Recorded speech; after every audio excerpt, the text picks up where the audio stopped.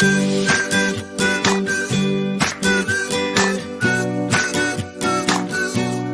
ko yung mga aso.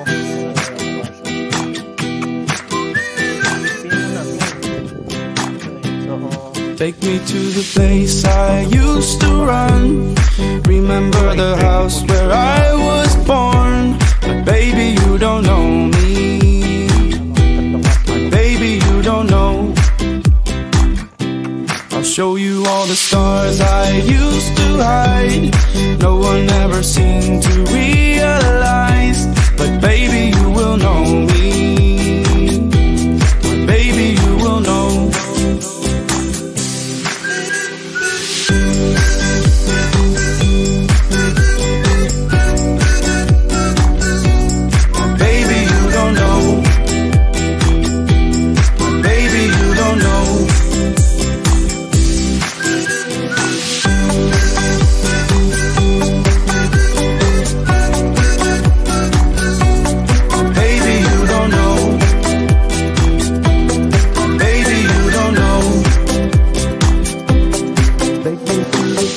I used to run.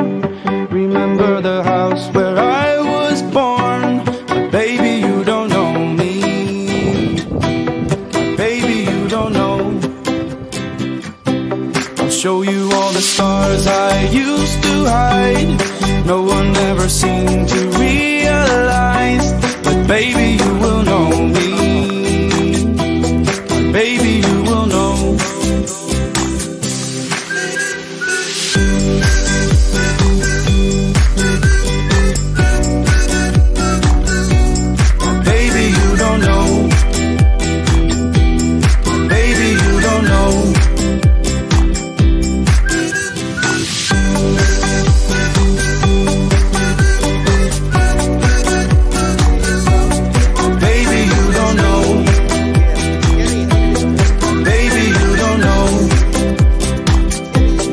Baby, you don't know.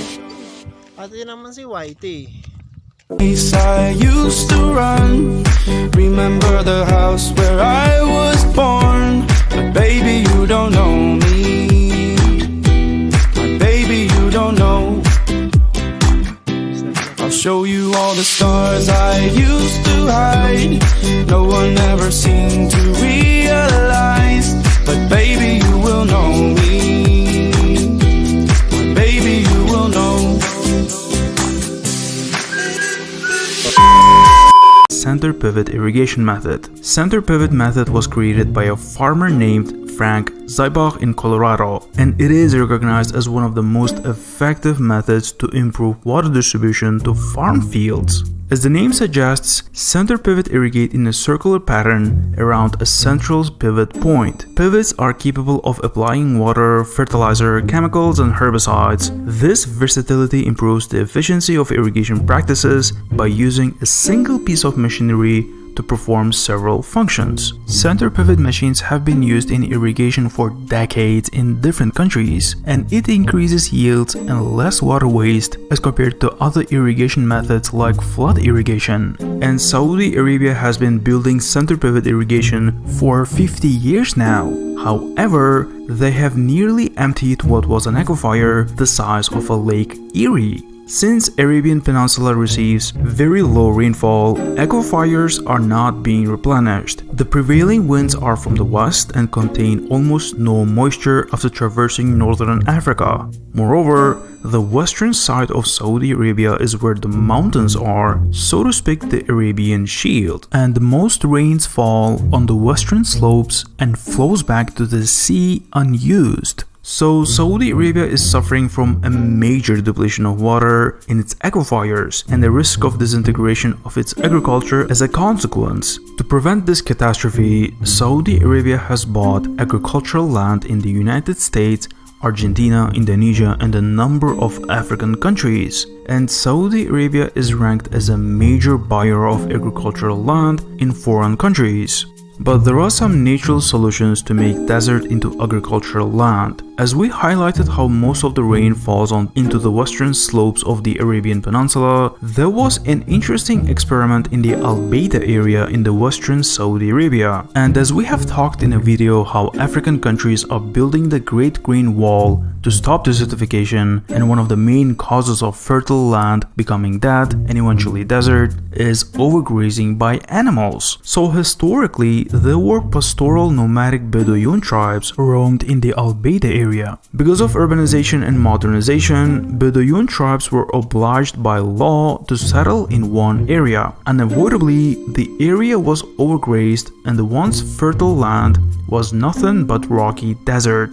Two royal Saudi princesses visited the area, saw the crisis, and initiated a development project led by Stanford University permaculturist Neil Spackman and Harvard University bioethicist Mona Hamdi. For 8 years, Spackman lived with Bedouin communities, building rock terraces and check dams, and carving wide shallow ditches in the land to trap rainwater and create a stream. They also built a bat house, a pigeon house, and planted drought-resistant trees to mimic nature. The project ran for about 7 years, and in 2016, funding was cut, and then a 2-year drought ravaged the region. Most of the trees died out and the whole project was in jeopardy. But in 2018 and 2019, rain fell again and flowed through the terraces and dams that two scientists helped to build. After rainfall, the whole area turned into rich savanna as compared to the desolate desert before the start of the project. Mountainside terraces trapped rainwater and gave life to the soil. Now it's lush and green, teeming with life. Al Baida area is a geographic fractal,